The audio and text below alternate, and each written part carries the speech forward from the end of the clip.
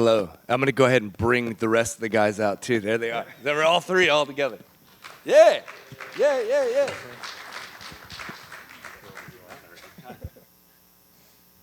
Well, welcome, and thank you all so much for coming. I'm Eli Cranor, and this is Lucas Schaefer, and this is William Boyle, who we'll be calling Bill, and you call him Bill if you come up and ask questions. And this is a really special panel for me personally, because I got these two books, I feel like it's probably been a year and a half now. Like I got them early and have really just been singing their praises to anybody that'll listen for the last year and a half. I've been going in Wordsworth books. I've been going to the library, and I've been saying, so it's a true pleasure to get them here from Austin, Texas, and from Oxford, Mississippi, by way of Brooklyn, and to have this talk with what are not only my favorite two novels of this past year, but really my two favorite novels in the last 5, 10, I don't know. I mean, just way up there for books. So we're going to dig into them.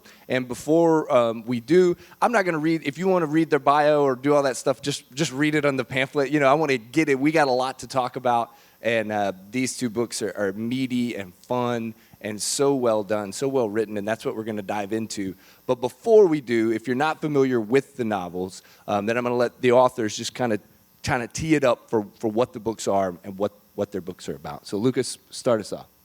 Sure. Thank you for coming out, and thank you, Eli. So my novel, The Slip, is set in Austin, Texas in 1998, and just to give you the real basic premise, it follows a very hapless 16-year-old named Nathaniel Rothstein, very dumpy, sort of miserable kid who's from Massachusetts. He gets into a fight at school, and he's sent in the summer of 1998 to live with his uncle in Austin.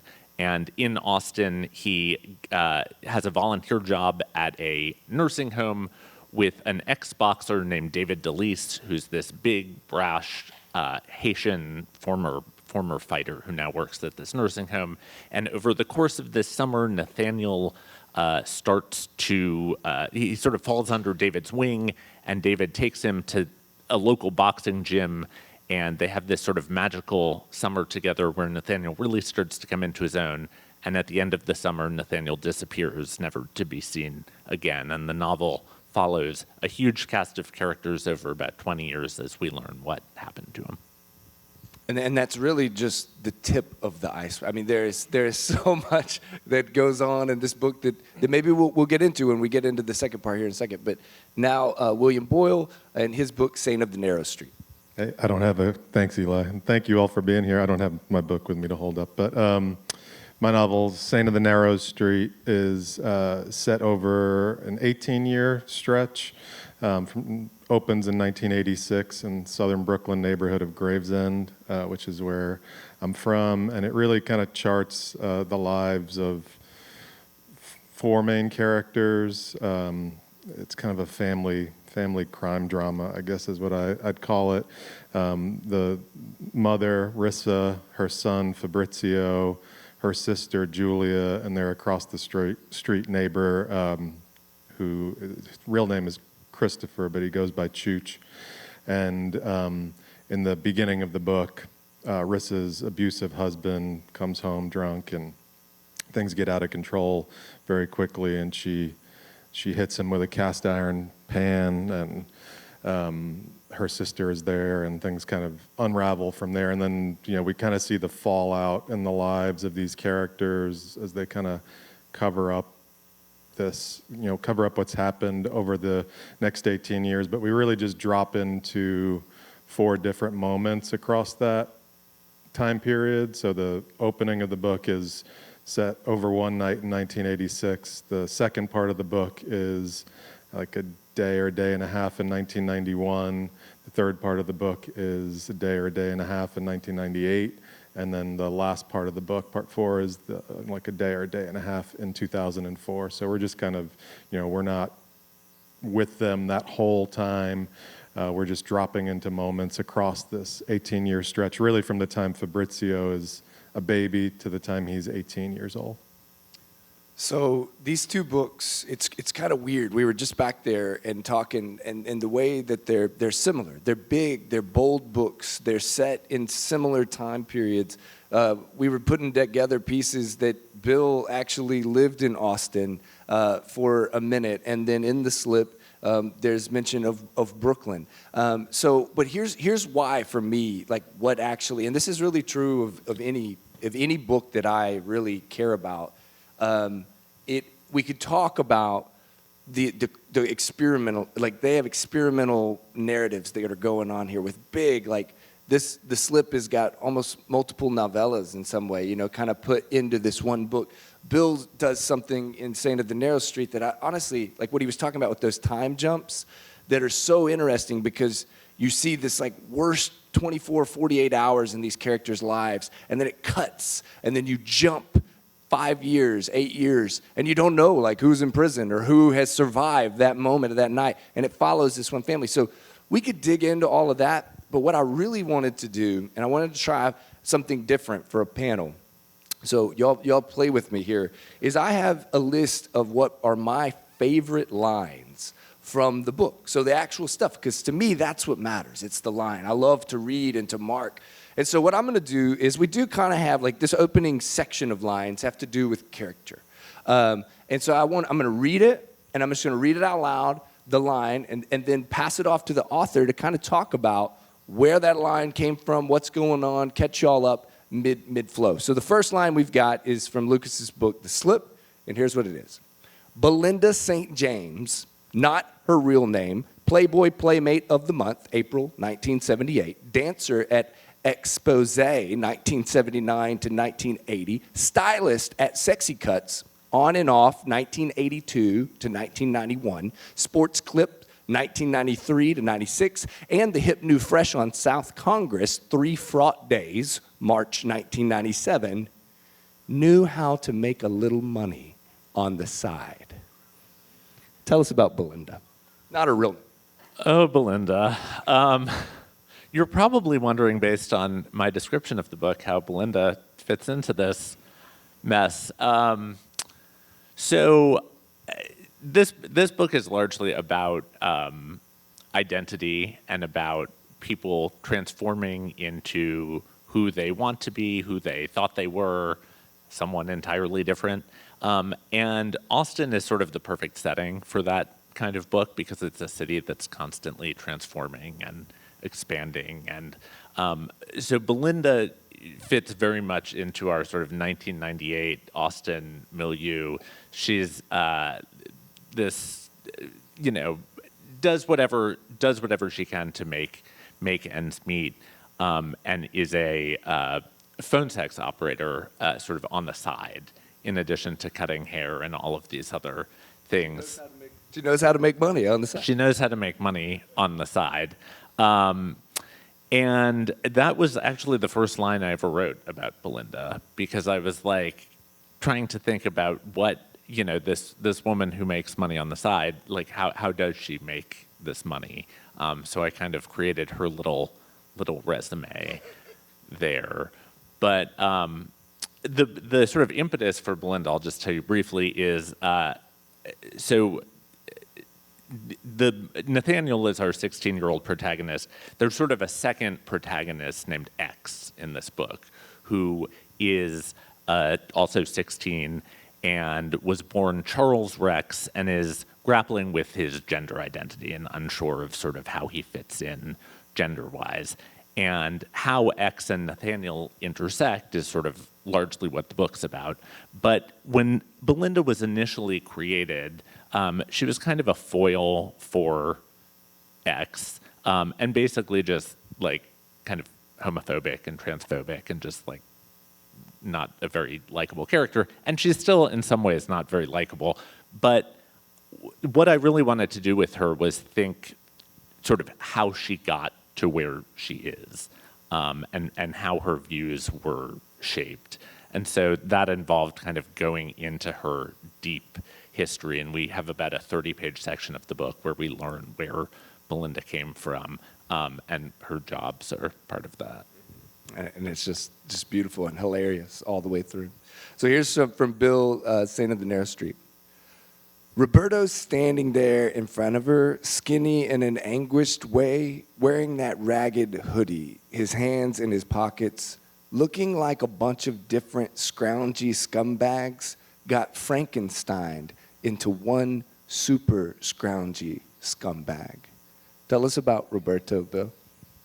So Roberto is the brother of Rissa's abusive husband, who I mentioned, who is dead by the end of chapter 1. No spoiler there, I don't think. It's on the jacket of the book. And part 2, as I said, jumps ahead 5 years from the events of that night in the opening part of the book. And Roberto, who had been missing for many years, had kind of gone, and nobody knew what became of him. He'd been kind of a neighborhood legend. Is back, and he's looking for his brother. He doesn't know that his brother is gone. Rissa and her sister and people at large, they've kind of covered up what they've done, and people think that Sav has disappeared now. So Roberto comes back, and he's kind of turning over rocks, trying to figure out what happened. Kind of knows instinctually that something is amiss, and is trying to, kind of insinuate himself into Rissa's life and Fabrizio's life. And I don't think I really knew Roberto was going to even be a character until he showed up, and I had a lot of fun writing him, as I think you often do with a kind of villain character. He's one of several villain characters in this book, and actually I guess I shouldn't spoil this, but I will. I don't really care. I had intended him, once he kind of showed up, I had intended him to stay in the book a lot longer than he does, but he meets a bad end, fairly early in the book, about halfway through. And he kind of, just the way he interacted with the main characters, just the idea of bringing this trouble into their lives, this trouble they didn't expect. That was kind of the impetus for part 2, once I figured out where I was going with that part of the book, that this guy who had been missing, had been gone for many years, comes back looking for his brother, wanting to kind of, get back to their old ways together, and realizes something's wrong, and kind of, puts a fork in everything. And so if you like books where there really are, like, you're hearing them talk about these characters that maybe they had envisioned as sort of villain characters, but then they found, the heart. That's something that really ties these two together, is every character that you see, it kind of bleeds raw and bleeds real. And, there's no real good guys or bad guys, but there are Frankenstein super scroungy scumbags. So let's switch back to Lucas here. Another line. What I'm wanting y'all to hear is just the level of wordplay involved here. Anyway, here we go. Still, it was not her B's and mostly C's that inspired admiring whispers from classmates and teachers alike, but those marvelously spherical 36 D's, which had tumbled forth in full by the fall of her junior year. Wit and brains and boobies. It didn't take Janine long to figure out which 2 of those 4 would be paying her ticket. Take us away, Luke. So Janine is Belinda. That's Belinda's real name. And part of my experience with Belinda was thinking about, she's basically this woman who has had a lot of bad experiences with men over the years and been objectified in different ways. And when she finally has a son, she's like, yes, I don't have to deal with, these things anymore. And then the son is like, I'm not sure I'm a son.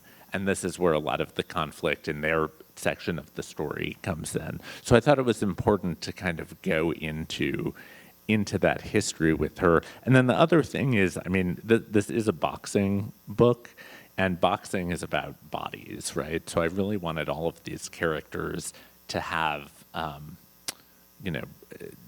physical characterization that we could all kind of see and understand and watch them transform over the course of the book. And some characters in this book transform in big ways, and then there are characters like Belinda, who goes from Janine to Belinda and is more or less the same person, but has sort of a different public persona.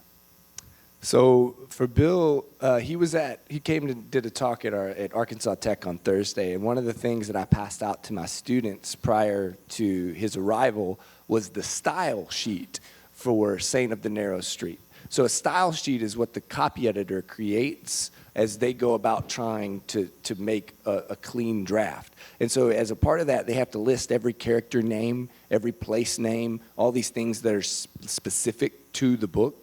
And Bill's was like 7 pages long, and there were 154 character names listed. Now, there's not actually 154 characters in Saint of the Narrow Street, but they're in the neighborhood. They're on the block. They're talking about somebody that's down, 1 block over that's in the neighborhood. And this was one of my favorites, just this name alone. And here's an introduction. The secretary is an old woman named Agnesia. Everyone calls her Milk of Agnesia. Must be 75, blue hair, wears perfume that smells like a funeral, always dresses to the nines. Justin sits at her desk, an electric typewriter, a black office phone with about 50 buttons, a crystal bowl full of starlight mints, a glass vase stuffed with fake purple flowers. Tell us about Milk of Agnesia. Oh man, I love kind of filling out the world of characters. I love a lot of my book and my books in general kind of, stumble into bars, and you kind of meet this wide array of, just bar patrons and people from the block, like you said, people from the neighborhood, people from school, church, wherever. And so I'm always just looking for the, ways to kind of bring in those little stories. And that's an example of it. That's a character you never see in the book. You never meet her in person, but you kind of get a pretty full picture of her, I think, through that one moment where Fabrizio and his friend Justin break into the school after hours in an attempt to try to break into the convent of the Catholic school where they go. And I don't know, I don't know exactly where that came from. I think I take a lot of character names from people I knew, and kind of my grandfather was which I mentioned the other night at Arkansas Tech. My grandfather was a great nicknamer, so I think that kind of lit up my imagination early, and a lot of it comes from him. But also, despite my name, my dad was Scottish, but I grew up with the Italian-American side of my family in Brooklyn, and I went to school with, just a Catholic school that was 90% Italian, and so I really love Italian names. And what I'll do very often when I'm writing is look at the website for a funeral home in my neighborhood, and I'll see who's been dying lately. And more often than not, it's like a lot of older Italian people, and I get names from there, and I think I saw that day, I was looking for a name for the secretary, and I saw somebody had just died named Agnesia, and then I thought, oh, Milk of Agnesia, that seemed like what the kids might call her, and so I'm always, and I'm, just that little setup, her desk, I think I'm always looking for. One of my favorite filmmakers is James Gray, who he's from Brooklyn and made a bunch of great Brooklyn movies, Little Odessa and The Yards and We Own the Night and Armageddon Time and a bunch of other films as well. And I saw some kind of extra, behind the scenes thing on one of, I think it was We Own the Night. He talks about just always looking for the details that you can bring to a moment or a scene to make it sing with life. And I think that's what I was just doing there. I mean, it was, just these kids in that office, and here's a woman who is in their lives every day that we never see really as readers, but is a regular part of their life, and just wanted to bring her to life a little bit. And some other character names from Bill's book: Jane the Stain, Cursed Roy, Irish Georgie. What are the different Vins? There's Tall Vin and Sweaty Vin. Tall Vin, Sweaty Vin, First Stevie, Double Stevie. It's, I mean, just Widow Marie. Just the name of them, and which now perfect segue to our last character is our last character line is Chip Coons. So Chip Coons from Lucas's book. Chip Coons, forever swathed in Under Armour, like some knight from the kingdom of Academy Sports. Yes, that is Chip Coons' only appearance in the book. Chip Coons is part of, so the first half of this book is sort of the mystery unfolding, and the second half of the book is Nathaniel's uncle, Bob, who houses him in Austin in the summer of 1998, starts investigating this disappearance. And we sort of follow him in some different ways. And one of the ways he starts investigating the book, the disappearance, is he enrolls in something we have in Austin called Citizen Police Academy, which you may have here, I don't know. It's in some different cities, but it's basically a 14-week course where you go to the police headquarters and they tell you about the different departments. So the homicide detective will come, and someone from the nuisance abatement unit, which is like the hoarders, comes, and you feed carrots to the horses of the mounted patrol. And when I took this class as kind of research, and the police, there were some characters, but the people in the class were really characters. They were grumpy and strange, and I was. The book is largely concerned with, as I said, identity, and specifically race and gender are kind of the two areas we keep coming back to. And you know, the Citizen Police Academy course, when I took it, was presented as sort of this opportunity for dialogue about issues like race with the police. And so I was expecting a different type of person to show up. I was expecting people who wanted to kind of reform the police or were upset with the police in some way. But in reality, many of the people in the class were great champions of the police and just wanted to sort of get closer to the police. And so Chip Coons is one of them. And they, when I took the class in real life, I did think it was funny. There were a lot of athleisure was presented. So I needed to just slide that in. Had their armor on. So now we've met some of the characters that populate these two great novels, and now I want us to slide into the place. And so we'll start with Bill here. And Bill writes bars. He writes dives like no other. So here, let's dip into this Brooklyn bar. She laughs, a thick, throaty smoker's laugh. The bar is full of that same kind of awful laughter. First the bartender and now Sandra and Fab can hear it all around him like a deranged chorus. The joint's a real den for degenerate drunks. All he can think is they were once little kids, stood in schoolyards and mouthed the Pledge of Allegiance, ate their sack lunches, said their prayers. Tell us about that place, Bill. I think that bar is in Jersey, actually, in that section of the book. They're weirdly briefly, and Fabrizio goes to Jersey looking for this character, Sandra, who is from the neighborhood and was tangled up with Sav at some point, and then kind of was exiled from the neighborhood and lives above this bar in New Jersey, which I can't even remember the name of that bar that he stumbles into briefly towards the end of the book. But I love writing bars. That bar, there are a couple of other bars that are central to the book. The Crisscross Cocktail Lounge is the bar that is very central to the book. It's on the block, and it's kind of where a lot of action in the book takes place. And then The Wrong Number is another bar where we at least stumble into that once or twice. And that's a bar that I've written about a lot over the years. It was a real bar in my neighborhood. The Crisscross Cocktail Lounge is fictional. That bar that you're reading about was also a fictional bar.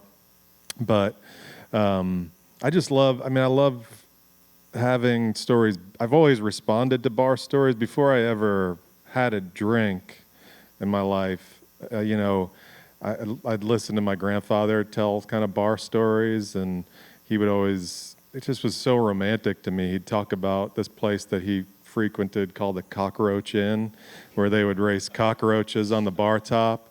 And he'd tell me about just, the people he knew there. My grandmother's sister owned a bar, and they would tell me, my grandparents would tell me stories about that place. And I think from an early age, I grew up, of course, I'm in my late 40s, I'll say mid 40s.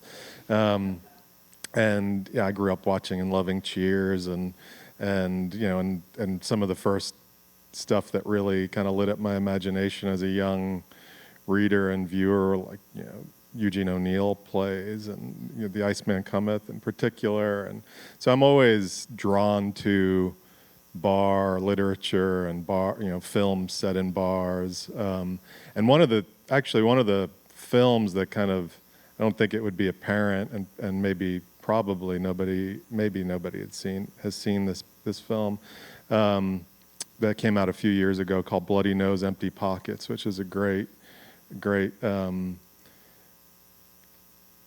bar story. Essentially, it's presented as kind of a documentary of this last night of a dive bar in Vegas, but it's actually kind of a fictional bar. It was shot in New Orleans, even though it's set in Vegas, and the filmmakers the Ross brothers, they brought in all these just kind of real barflies that they knew to act in this movie. And so it's kind of a documentary, but it's also fiction. And I'd seen that kind of in the early days of working on this book, and it was just a work that was kind of in my imagination. And there's just so much natural drama and tension in a bar, I think. And I think I'll often, when I'm writing, kind of when I don't know where to go, I just have characters turn into a bar, and then things tend to take care of themselves. Trouble presents itself. At a bar, Jane the Stain has the small hatchet, the axe. Is that? I think that's the owner of the bar, Widow Marie has. Widow Marie. Yeah, she's got an axe. That's based on me, because I had in college. I had a period in college where I lived with all these guys who would bring. I went to college in upstate New York, and all these guys I lived with, and I was part of this for a while. They'd bring everybody from our local dive bar back to our house at 4:00 in the morning when the bar closed. And there was a point in my college career where I'd buckled down, and I was trying not to be involved in that. And I was taking 21 credits, and I was having to wake up early and study and work a lot. And they'd do that. They'd bring the bar back at 4:00. So I kept an axe in my room that I'd walk down the stairs and just kind of jokingly threaten everybody with my axe. Never was serious about it. I was sober. I wasn't drinking, and it was just a joke. But one night I left that axe out, and one of the people they brought back from the bar took it and went outside and chopped a tree down in our neighbor's yard, and we got in trouble. And then that guy shot our town up a month later. Yeah. Sorry, that was a little digression. So we're moving from a bar and axe to the Cheesecake Factory. Here we go. How he longed to hold hands under the table at the Cheesecake Factory with long-legged Ashley Petter, whom he'd eyed all fall striding down the corridor with her field hockey stick erupting out of her backpack like Donatello's bow staff, to share a spinach and hot cheese dip with Lizzie Jacobson, whose heartfelt rendition of One Moment in Time at last year's a cappella show had resulted in a standing O. So before I pass this off to you, I teach creative writing, and the thing that I think both of these guys, and even in this line that we just heard, I'm always trying to get my students to understand is that specificity is so important to good writing. places, names, proper nouns, all that stuff. And I mean, in a line like that, everything from the Cheesecake Factory to the Donatello's bow staff, I mean, just you can break down in that place, but also just specificity in your writing. It's filled with that. Yeah, so this passage is a little description of what Nathaniel, our 16-year-old protagonist, who's from Newton, Massachusetts, which is where I'm from in real life as well, his sort of sexual fantasies about the girls in his high school. But on the subject of specificity, I think what's interesting here is, so the moment the book kind of turns, the mystery sort of turns, Nathaniel has been working out with David, who's his mentor at this boxing gym. Nathaniel is white, David is black and from Haiti. And Nathaniel is just so taken with David's brashness, his over-the-topness, his sort of sexual confidence, which we learn is sort of a put on. It's not real. It's sort of for Nathaniel's benefit.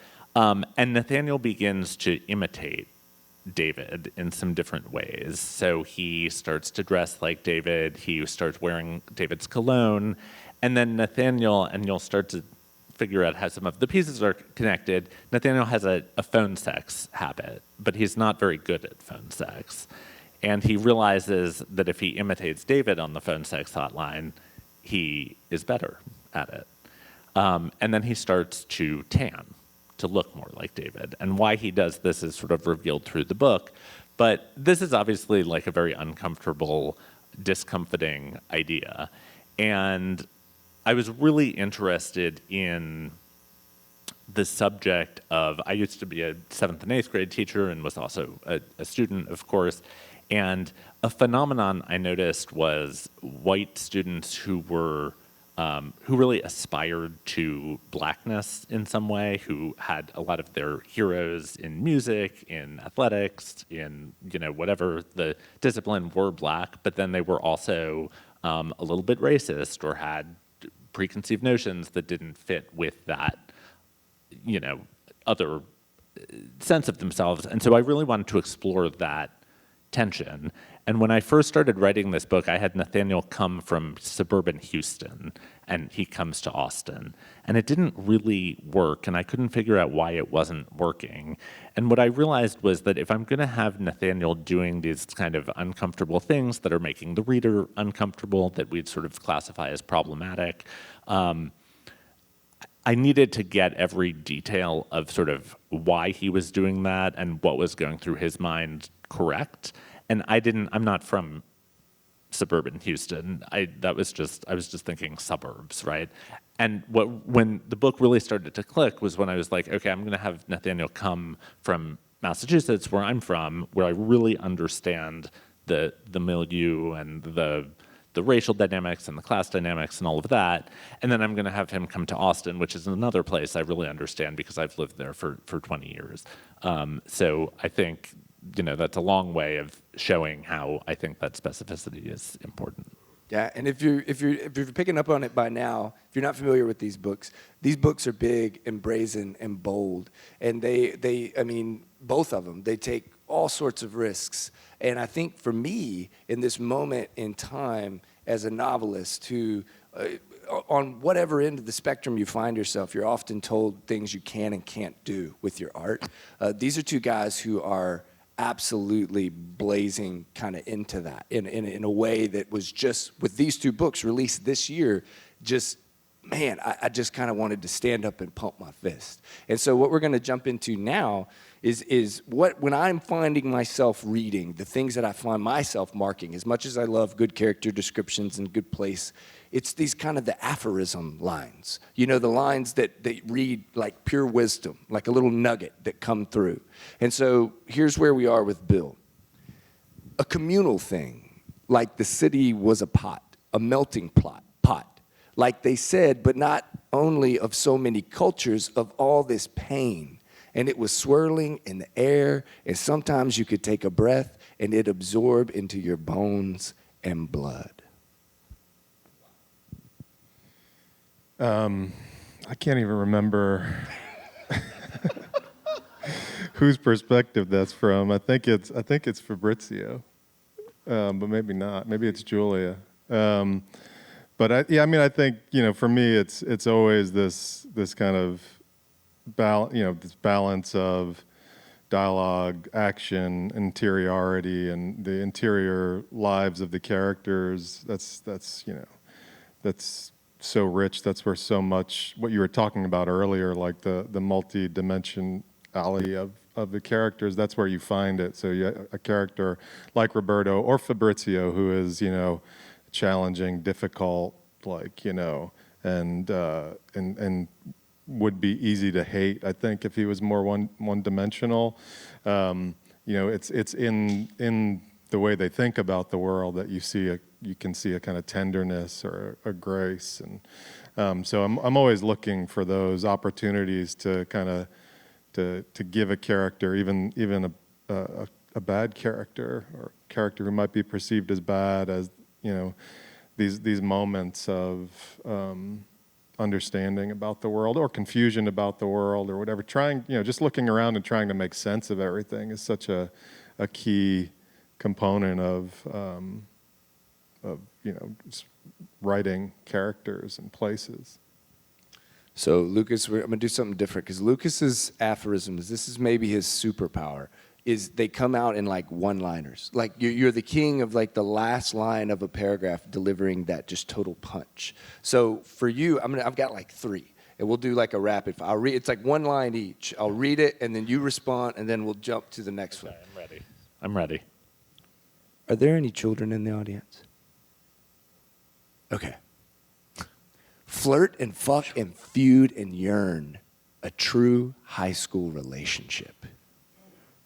Adolescence, right? That's just, I just very quickly, if you're writing about transformation, adolescence is, everyone is transforming. Being a cop is just like being 100 other professions armed. Yeah, so this again was part of the Citizen Police Academy thing, was learning sort of what cops do. Because one thing I should say is that I was really interested in this book, and it goes across a lot of different perspectives and a lot of different types of people who look and think and sound nothing like me.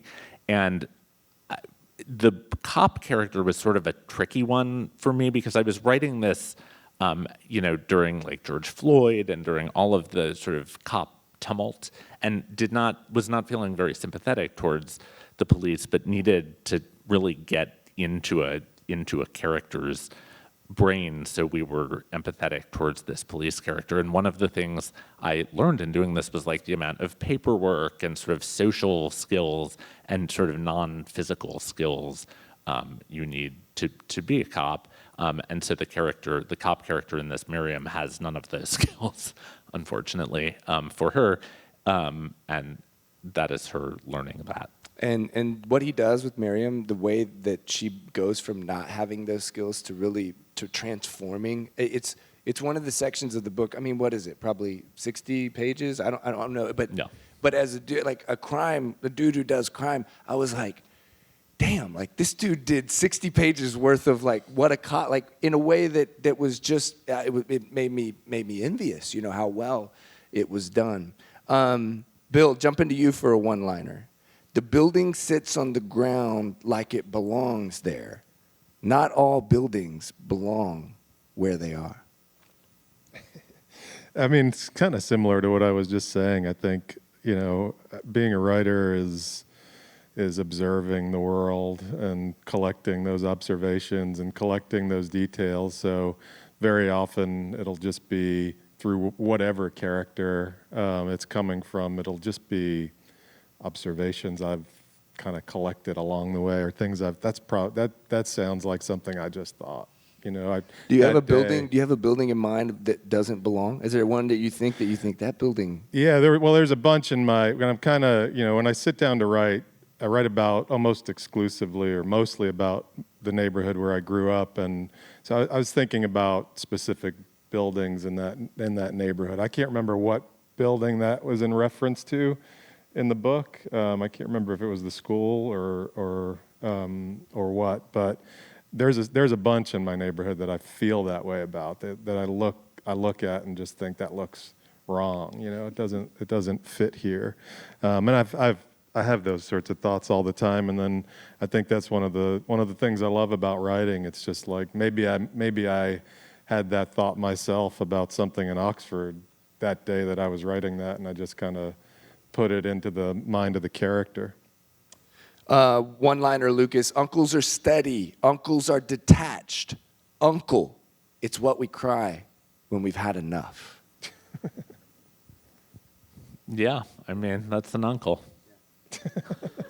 And then I want to end on this, and I'm going to open it up for questions for y'all. But this is a note. This was a kind of a crossover when I was digging through all these quotes. And, man, I think it's pertinent right now in our culture. This what we're going to hear is Bill's got a longer little bit here, and then Lucas has got another one-liner. And they both deal with, like, nostalgia and this idea of the past and what the past is and what it means to us. And I think both of these quotes are just so they're so powerful in this moment that we're in our country. And so here's Bill talking about it. So much he doesn't know about the world, doesn't know anything about the past, not really. Those great-grandparents that came on boats from Italy, what they were running from and what they were running to, how they lived. Doesn't know history, doesn't know how time works or memory, what he sees in his inner eye and how he sees it. Never know now. Never got smart enough. Too late. Oh man, well that's the character Chooch, who I think I poured a lot of myself into that character, and I kind of thought of him as I was writing him as a version of myself if I never left the neighborhood. Like if I'd gotten trapped there and lived at home with my mom for my whole life. I mean, I did leave. I left when I was 18, and you know, I'd go back to visit all the time, but I've never lived there full time. So I wrote this kind of, you know, he started out this in a way as this kind of, you know, version of myself that was stuck. And I think that's just me right there. I mean, that just feels like me describing myself on a bad day, you know, or the way I feel about things. And I think so. I poured a lot of that into Chooch, and we're not the same. I mean, I'm not him, definitely. In a lot of ways, he's kind of a what-if version of myself or something. But yeah, there's a lot of that kind of inner turmoil, and in a lot of ways, the book is largely about regret. And I think that's just one of those moments where you see Chooch kind of, you know, full of regret for the things he didn't do, never learned, won't learn now. Yeah, and then playing off of that same idea of the past, here's Lucas. No bigger grift in America than nostalgia. Convincing people who didn't have it good yesterday to be grateful because tomorrow would be worse. Yeah, I think that's sort of a theme of this book is people. I think the people in this book who are looking backwards struggle in a way that the people who are looking forward, they struggle too, but there's an expansiveness to their struggle that I think doesn't exist going the other way. Nice. So we're at 12:15. We have 15 minutes if you guys would like to ask questions. And if not, I have some very dirty dialogue that I've pulled from the book that I will gladly fill this time with. But if you don't want to hear the dirty dialogue and you have a burning question, then please come. You need to come to one of the mics. Dirty dialogue. You want it? Okay, hell yeah. Let's do the dirty dialogue. We're screaming for it. So I'm starting with you, Bill. Oh, Jesus. So this is Cursed Roy. So this is Cursed Roy sitting in a bar. Mid-hump, he lets one rip. That kind of thing, I'm talking about a real thunderous blast. None of that silent but deadly shit. I'm taking a poll. I'm thinking about going back to grad school, and I'm going to do my thesis on farting while fucking. Take it away, Bill. I mean, that's just an example of what I was talking about earlier with, you know, kind of bar chatter. Cursed Roy is a pretty minor character in the book who just happens to be one of these barflies who flits in and out of the Crisscross Cocktail Lounge, and I think that's when I'm writing in a bar, often I'll have these little kind of detours. I love doing that. Just there's a scene where he comes in with his niece in the bar. There's that scene, just kind of random little, kind of played for comedy moments. But that's some of my favorite stuff to do. Those little narrative detours, digressions. Kind of learning about characters through the things they say, and Yeah, and it's some of my favorite things about both of them, just the authenticity of what's said. Lucas, I got two. So this is Belinda and X. So Belinda that started the book, and X, the child. So, what's a woman of the night? Said X. It's a hoe with a thesaurus, said Belinda.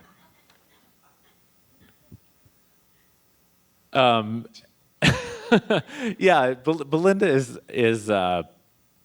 X is always asking Belinda these questions, and Belinda has always had enough of X, so that's sort of their dynamic. And then this is the end. This is the end of Belinda. This is, or at least what she comes up against. Yeah. And this is my last dirty line. These titties were my start. She'd taken to saying, so seems fitting they'd be the end of me too. You want to tell them what's going on? Yeah. So Belinda ends up with breast cancer at the end of the book, which is sort of a fitting bookend for her, since her breasts have been a large part of the story of the narrative. But I will say this though about the dirty dialogue. I mean, one of the things I was thinking in writing this book is, I used to teach 7th and 8th grade, so I'd read a lot of books that my students were reading, and often and very appropriately, the sexual dynamics are very sanitized, for 7th and 8th graders, which makes perfect sense. But I think some of that sometimes then bleeds into adult fiction too, where the sex among younger people isn't like gross enough and clumsy enough and all of those things. So I wanted to be very candid with the sex in this book, with the young adults in the book, and then also the adults, because sex is, it's fun, but it can be, No. messy. Lucas, I mean, and that's the thing. Like, as I was around in high schools and remembering what it's like to be a 7th and 8th grade. I mean, what you did, Lucas, with all of that, it just talk about transformation and puberty. Like in all of these things, that it's just the most raw, real, like felt as lived in, moment of representation of all that as I can find. So I hope that I've shown y'all for both of these novels. Just a little glimpse, a little peek at why these have meant so much to me. And I would love if you guys have questions of your own. We've got about 10 minutes. Can I bring anybody forward to the microphone? He's got it ready. Yeah.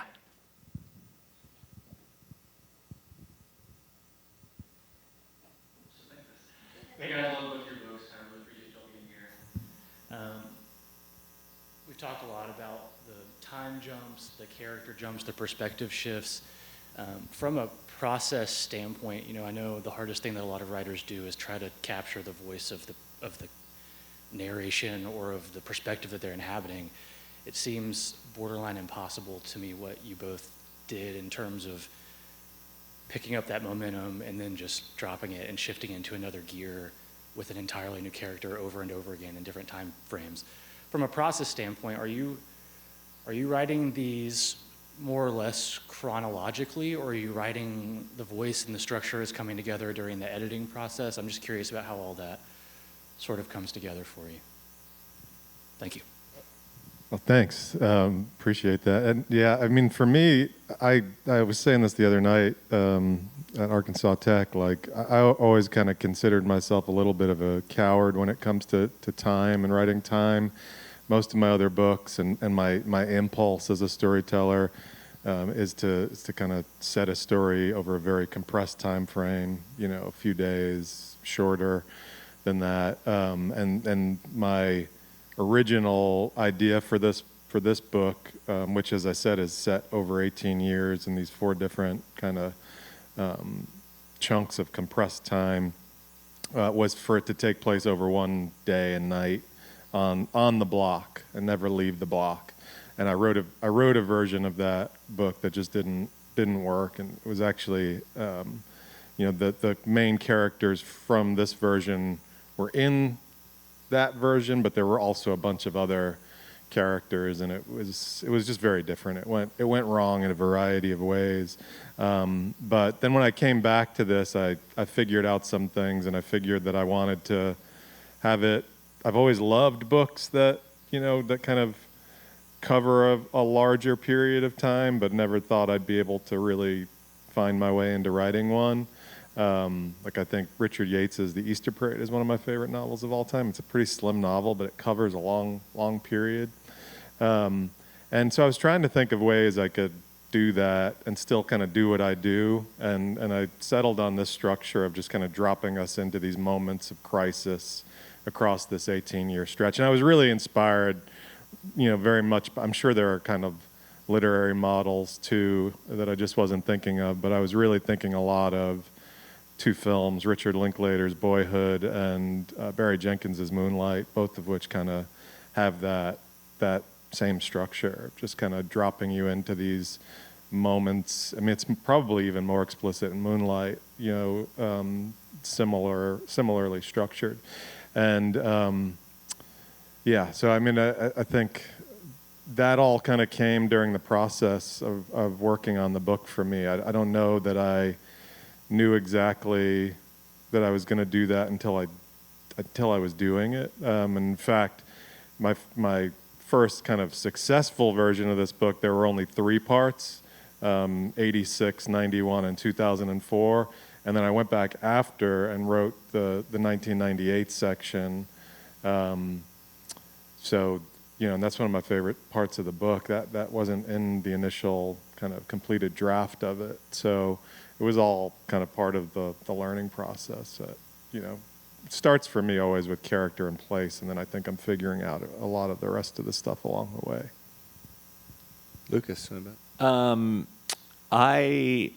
So this book is sort of like a puzzle in that you don't know exactly how it all fits together until the end. You start to see how it fits together, but you don't really know until the end. And I sort of, unfortunately for me, wrote it like that, in that I had all of these different threads and knew how they fit together, but I was not sure sort of the order in which to present them. And so there was a lot of moving around during the editing process. I knew they fit together, but just figuring out how they fit together took a long time. I don't recommend aspiring to doing it that way, but I certainly had kept track of the timelines and wanted everything to be consistent, but how it was presented it was sort of an experimentation until it made sense. We have time for one more question, if anybody's burning with one. Yeah. Thank you for being here, and thank you for moderating. You're great.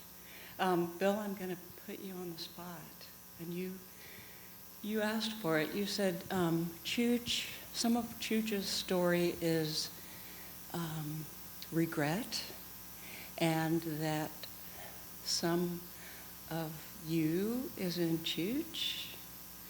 And so can you talk about regret, maybe personally, professionally? I told you I was going to put you on the spot, and thank you for letting me. Yeah, no, thank you. I mean, I think I spiral into that kind of way of thinking a lot. So, and it shows up often it shows up in characters, I mean, I think that's often my way of kind of processing my regrets. I mean, I think, I probably, nothing outlandish. I think about kind of ways, kind of bad roads I've gone down, or I think about things I should have done that I didn't do, and I think about not being there enough for people I love. I think about things like that all the time, and I think that's just part of being human, is kind of regret and yearning, and as I said, a lot of that just kind of shows up in the work for me. And my way of processing it is kind of thinking through the mind of one of these characters, and Chooch was somebody who was a really just kind of a good kind of stand-in for a lot of that. But Rissa and Julia also, I mean, all the characters in this book are shaped by their regrets, really. Fabrizio, my dad left when I was a baby, and that's a thing that kind of hangs over me and hangs over everything I write, I think, in some way. And this book is in some ways about Fabrizio wanting to find his dad, who he's been told has abandoned him, and all of the kind of regrets surrounding these different characters and their part in the lie at the center of the book. So, secrets and lies, at the center of everything. I think I kind of grew up with a lot of that stuff, in the air, and it kind of just works well with this sort of storytelling, this kind of sprawling family saga. So I will close by saying this. Like I told you, what I had today was condensed down from about 10 pages of typed up quotes. You can just flip through this and you can see all the different ways that I've done this. So for me, it is a marker. These are my two most marked upon novels in years. Like, they're the two books that I have completely found, the things worth highlighting, worth digesting, worth returning to, worth trying to type my own. I wanted to feel those words under my fingers, so I typed them up and sent letters, to these guys. So I say all that to say that their books are out. These books are out there. These guys will be right out there signing, and I really hope, if you're interested at all, that you'll grab a copy, see them afterwards, come tell them thanks for coming down from Oxford and coming over from Austin, and I really appreciate y'all being here as well. Thank you.